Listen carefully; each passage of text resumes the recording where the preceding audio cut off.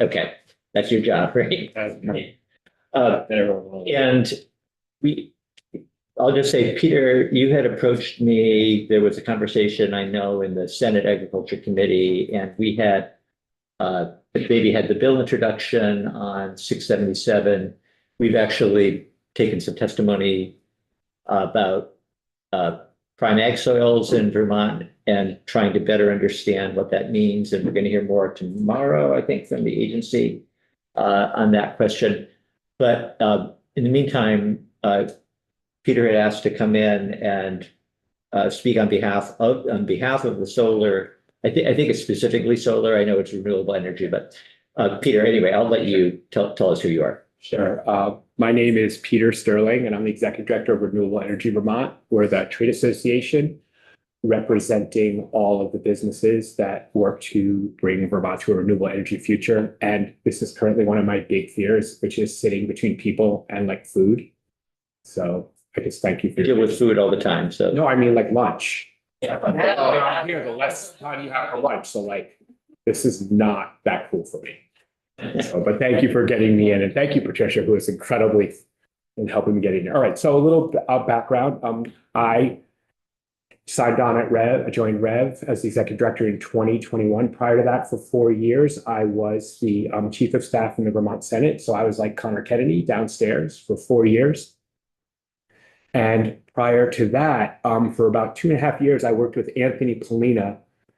We traveled around the state talking with dairy farmers, trying to get them to come together and purchase and run their own milk processing plant as a way to get more money, as opposed to just waiting for a milk check. So I mentioned those two previous experiences because I've been in a bunch of dairy barns, and being in the Senate for 4 years, or the pro tem's office, certainly interacted with a lot of farmers. And I just want to say, before I even launch into all this, all that, the 2.5 years with dairy farmers of Vermont and trying to get that milk plant up and running, and in the 4 years in the Senate there, I never had dairy farmers come to me and say, the challenges I am facing are exacerbated by having land go to solar. Like dairy farmers have many challenges. I can't speak to other kind of farmers. I have very little experience with that. But dairy farmers, have a lot of challenges, whether it's the co-op structure, the variability in milk pricing and how it's set, the cost of grain, finding help, loss of land, loss of, age is a big one, as we know, right? When most of us talk about working out, it's, you go lift weights. For dairy farmers, it's someone leaves the farm to get a job, to get some healthcare or a stated salary. And I never heard a farmer complain about solar being a challenge to them being able to run their dairy farm. It never came up. So anyway, that's what I'm going to talk a little bit about. So just as a chart, this is a chart I did, or you can see it great. Vermont has about 1 million acres of prime ag soils, and we've used about, I forgot to write I put the number in there. We've used about 1,800 acres of solar farm. 1,800 acres in Vermont are dedicated to solar currently. And about 417 of those 1,816 were developed in the last 3 years, 23, 24, 25, within the limits of disturbance for solar that serves Vermont's energy needs, 250 kW to 5 megawatts. Can you say that again, Peter? Sure. And is there a top we should be looking at? Yeah. Okay. So this is the total amount of land that has been converted to solar in Vermont. Total land. Total forever, since time immemorial, 1,816 acres.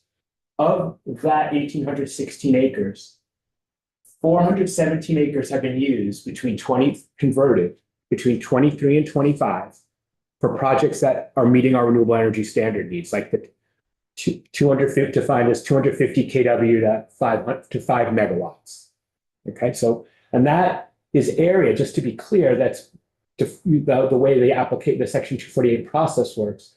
You have to define the acres of prime ag soils that are within the limits of disturbance, being the giant fenced-in area. That does not mean that if you have a 30-acre piece of land that is hosting a solar array, all 30 acres have been disturbed. Really, the soil that's actually been disturbed is almost exclusively for a road to access it, a concrete pad, and that's kind of it. Everything else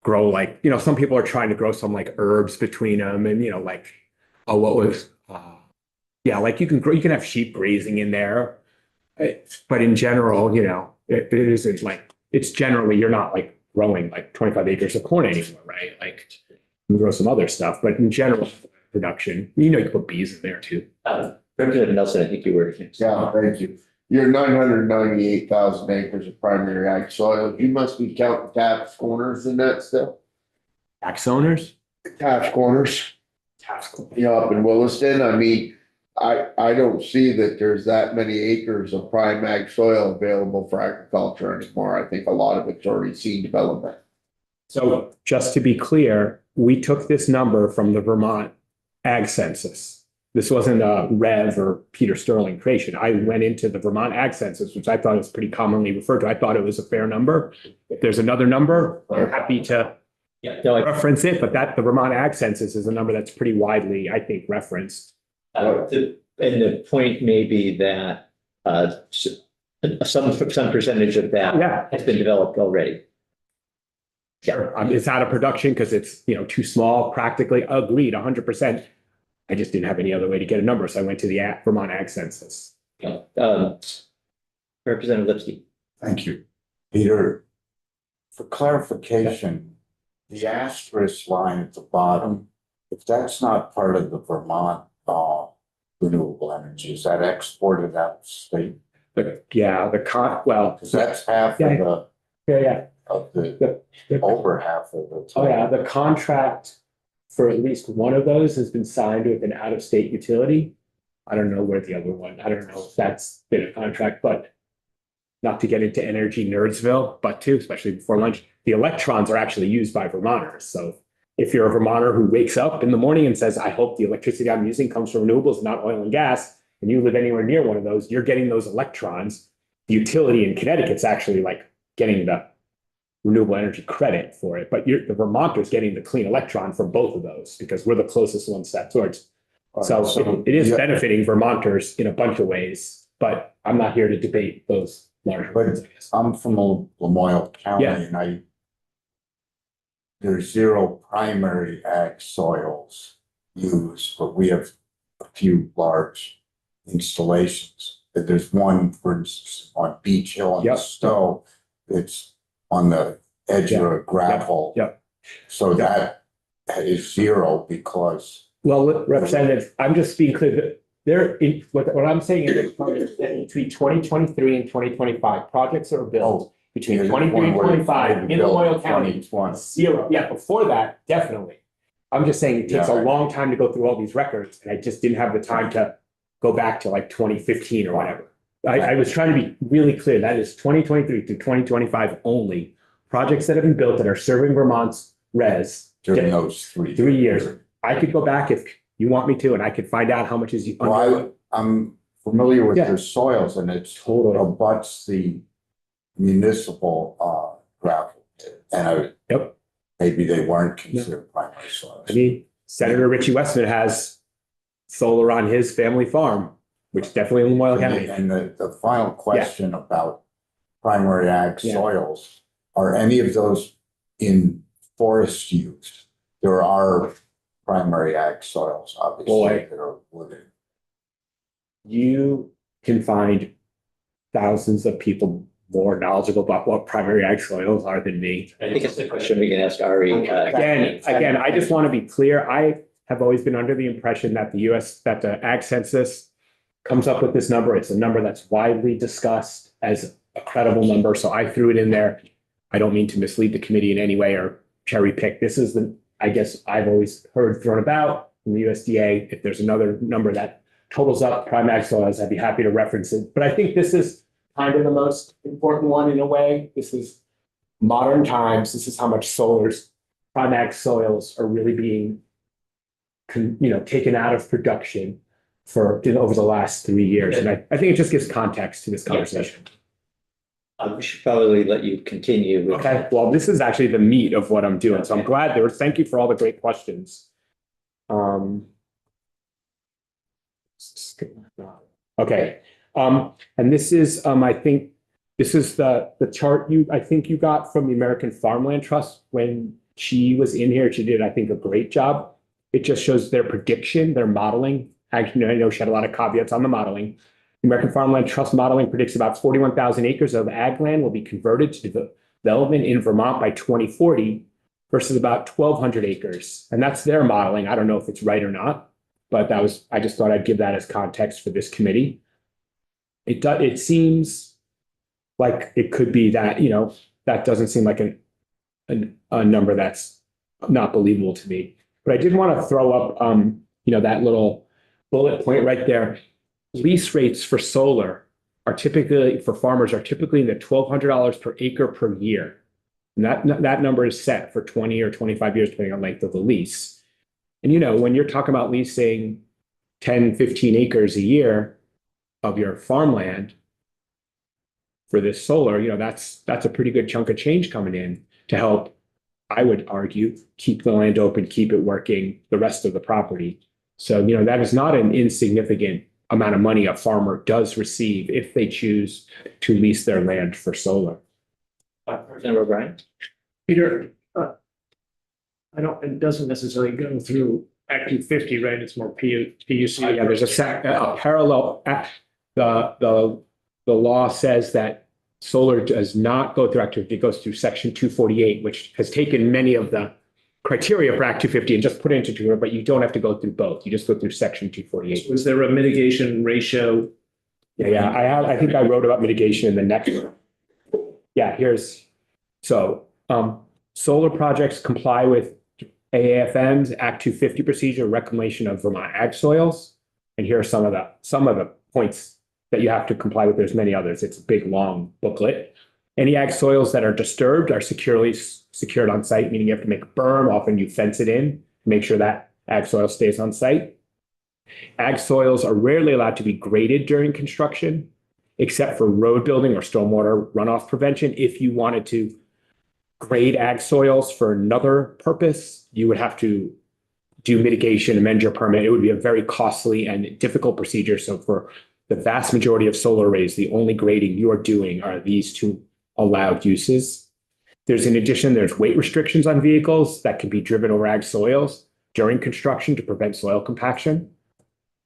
And during decommissioning, the developer conducts a bulk density test to detect if the soil has been compacted and if it must be remediated. So, there's a bunch of safety checks in place to make sure that during the construction and decommissioning of a solar array, the ag soils are not harmed. And I just threw up this picture of a fellow I met at a conference just a couple of weeks ago, just talking about how solar panels are recycled. I thought it was a nice visual. Like, there's been a lot of talk about what happens to solar panels once they're done. And you can see these folks are making it into glass and they recycle the aluminum and all that stuff. I just thought it was a nice picture to remind folks that there is something we can do once, we take these solar arrays off of land. And if you don't want to go down that road. I know there's typically 20 or 25 years of stated life. Here we are in the year 2026. Are we beginning to see in Vermont any projects that have reached that? Not yet. In their lifespan? Not yet. But they're talking about doing it somewhere. Yeah, there's a plan. People are planning for it. What I think this also talks about for some sites, this hasn't happened in Vermont as much, but solar panels used to be a lot less efficient back in the early 2000s, like 200 watts. They just didn't produce a ton of power. Now because of technology, they've doubled. They're like 500 watts. So people are going back into some of these old arrays, like on a roof and something, taking off the little 200s, putting in a 500 watt. You're doubling your power and that's a really good thing. And I think that's what most people, it's repurposing the existing array to get more power out of it. But I know Rev has been in conversation with A&R about establishing, recycling program. And I think, bottom line is these solar panels are 90% silicone, which is glass. And, there's some stuff in them, but there's no reason they can't be recycled. Peter, I was just back to my question. Yeah. So if I have a 30-acre cornfield and I turn it into a solar installation, is there mitigation? Are there mitigation penalties that I have to, move some, have the HCB conserve an equal amount of land? No, not like in Act 250. But I would say this, and I'm not a lawyer. I've not done this on the PC, but I do believe that the second bullet point, the ag soils, if you were to grade, I do believe you would have to do, if you were to grade for a non-road building or a non-protection purpose, like just want to make it more flat, you would then have to do some other mitigation. But in general, since no one's doing that, they don't mitigate in another way. But there are people who It's can. not considered developed and thus Right. lost to that. Right. All right, so I think I have one last slide. Why are we doing all this? Why are we talking about solar? I think this is really important. New England relies on 64 baseload natural gas plants. When we don't have enough renewable energy, we get energy from the grid. We're connected to New England. The primary source of power for our grid mix is natural gas. Okay, there are 64 of those plants in every other state but Vermont. Okay, every other state, we do not host a baseload natural gas plant. I would like you to think about siting in your community a 60-acre natural gas plant. We would never do it. Just to give you, I think, since you're in the ag, I did it for committees who aren't as probably familiar with acres, but 60 acres, just so you know, I'm sure you all have a good idea, goes from National Life to the State House here, all the way to downtown where like Three Penny or the library is, back up to the Shaws, and then back to National Life. That's how big 60 acres is. There are 64 of those baseload plants in every other state but Vermont. So when we talk about why we should have solar in Vermont, when we do not, we are leaning on those natural gas plants and the literally millions of people who live within a mile or two of those plants. And we ask them to generate power for us. And just before I get to the last piece I'd like to make, these three pictures are of what our mix coming into Vermont looks like during this recent cold snap, which seems to be going on for kind of ever. You can see this one is 33% gas, 20% oil, 25% oil. This one's, 58%. Like, this is dirty stuff that comes in when it's really hot and really cold. In other words, when renewables can't keep up with demand in our region, we turn to fossil, oil and gas. And all of that comes from, is burned out of state. And we ask every other one of those communities to host those plants so we can have power. And I think when we talk about why we put solar or wind up in Vermont, there is a reason that we should be lessening our load on these plants that are not here. That's, I think, a big reason to consider even talking about this. All of it. So I think, I'm sorry, I have one more slide and then I'm done. One of the ways we can lessen the load on open spaces is support the net metering program, which incentivizes on-site construction on rooftops, parking lots, barns in this case. There's a bill in the House, H716 by Rep. Chris Morrow that would help make net metering more affordable. And the more we net meter, the more we build on site, the less we are building into open spaces. So that was my last little plug. Thank you. Representative Nelson. Okay, a couple points. Careful when you say the community would host a 60 acre natural gas site when the community right across the bay from me hosts New England Waste Systems and the landfill, and it's much bigger than 60 acres. Right. Okay, so, and with all the hubbub that goes on for that, how many acres of solar would you have to have on the ground to replace what that 60 acres of natural gas is doing? I mean, that natural gas is cranking out a lot of energy. Oh, yeah. Yeah. And on demand. Yep. Flip the switch. Yep. Whereas if those solar panels are under this much snow. Yep. Right. You would need many megawatts, but Renewable Energy Vermont and many other people who are working on this, we don't think Vermont shouldn't, there's no scenario, honestly, where Vermont's going to generate 100% of its own power. We're too small a state. We don't have the land base. We are always going to need imported power. 100%. Small nuclear would do it.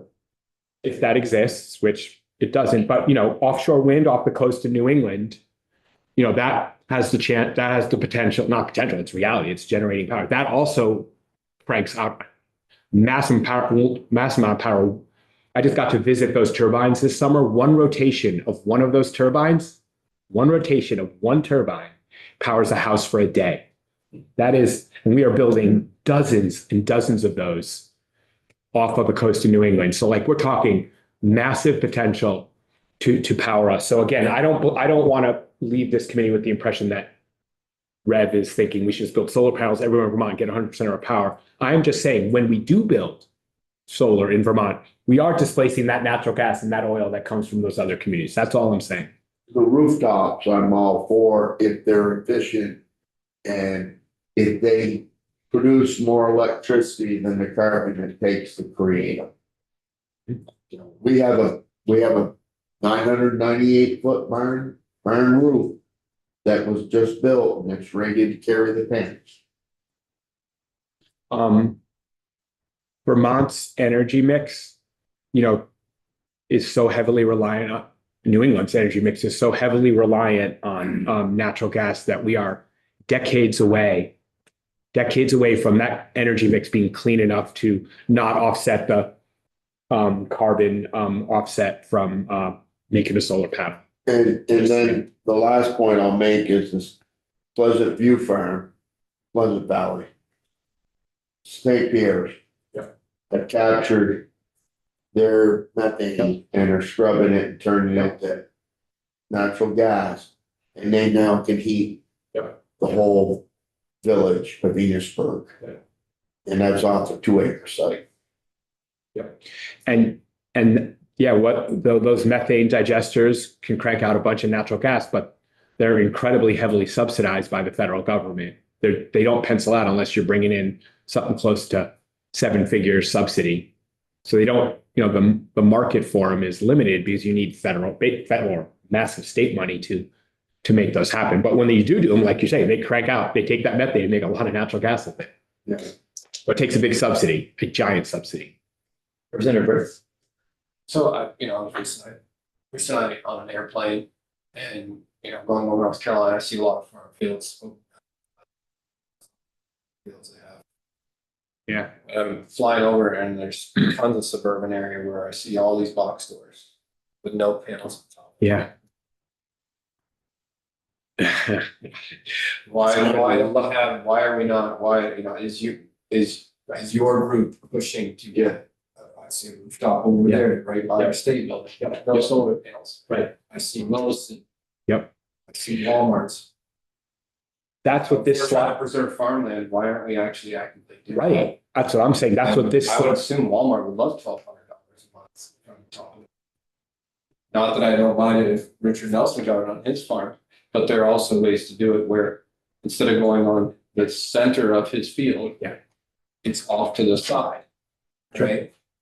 Where it's still getting sun, but we're still farming. right? Or area not suited to 500 horse Bendy tractors. So that's what this whole last slide is about, is supporting the only net metering, if you're not familiar, is a way to finance solar in the built environment. Meaning, because it's more expensive to put solar on a roof than it is just to drop it in a field, we have this program called net metering, which gives the landowner, the homeowner, a little extra money to help offset that cost. The compensation for that net metering program has been going down every single year since 2000, basically decreasing the incentive Vermonters have to put solar over a parking lot or on their roof or things like that. But that's why I was just in House Energy this morning testifying in support of H716 to help make it easier for for homeowners and business owners to put solar where they live and work. So I'm trying, like a whole bunch of us are trying, but we run into opposition from utilities and honestly from Governor Scott, who don't want to see that program be more vibrant. So and that's also a form of subsidy, Oh, 100%. similar to the one. It's a different form. Totally. The methane plant coming off a dairy farm, but you're essentially saying you need subsidies as well. To do it in the built environment, otherwise the price would, it would be too much money. No homeowner could really afford, it would be very difficult for your average homeowner to afford putting solar on their roof. The payback period would be like 30 years. Very few homeowners can afford to make an investment that pays back in 30 years. With net metering, you can get a payback period in 10, 12 years, maybe 15, which a lot more people can find as a reasonable payback. The investment they make in solar, you know what I'm saying? So I guess one of my questions, if you don't mind me, Sure. Yeah. it's important to me. why is it so much more costly to go on a roof? I understand, yes, putting panels on a roof, but you don't have. It's economies of scale. So like, first of all, if, there's a bunch of reasons. So let's say you're building it in a field, right? First, the panels generate a lot more power. They can be like, 500-600 watt panels. On a roof, you may have to put a smaller panel, which generates less power, right? Second, you have to get a crew to show up and drive their truck with their stuff to all these houses to put up the 8 kW, and then they move and they go the next day to another place. When you're building a 5 megawatt, your crew shows up, you do it over a couple months, and then they're gone. And that's like a very efficient way to build a lot of solar. Plus, when these sites are selected for solar in the fields, like you're angling them on the sun the right way, they're facing in this great direction, their capacity factor for the energy nerds is higher, because when you're on a roof, it's not always the perfect angle to catch the most sun. It may not be facing the right, cardinal direction, things like that, but people want it. So you generally generate less solar per panel when it's on a roof versus when you can site it anywhere you want on a field. And that adds up to a lot of kilowatt hours over time. Top of the box seems quick. Yeah. Oh, yeah. Yeah. To a degree.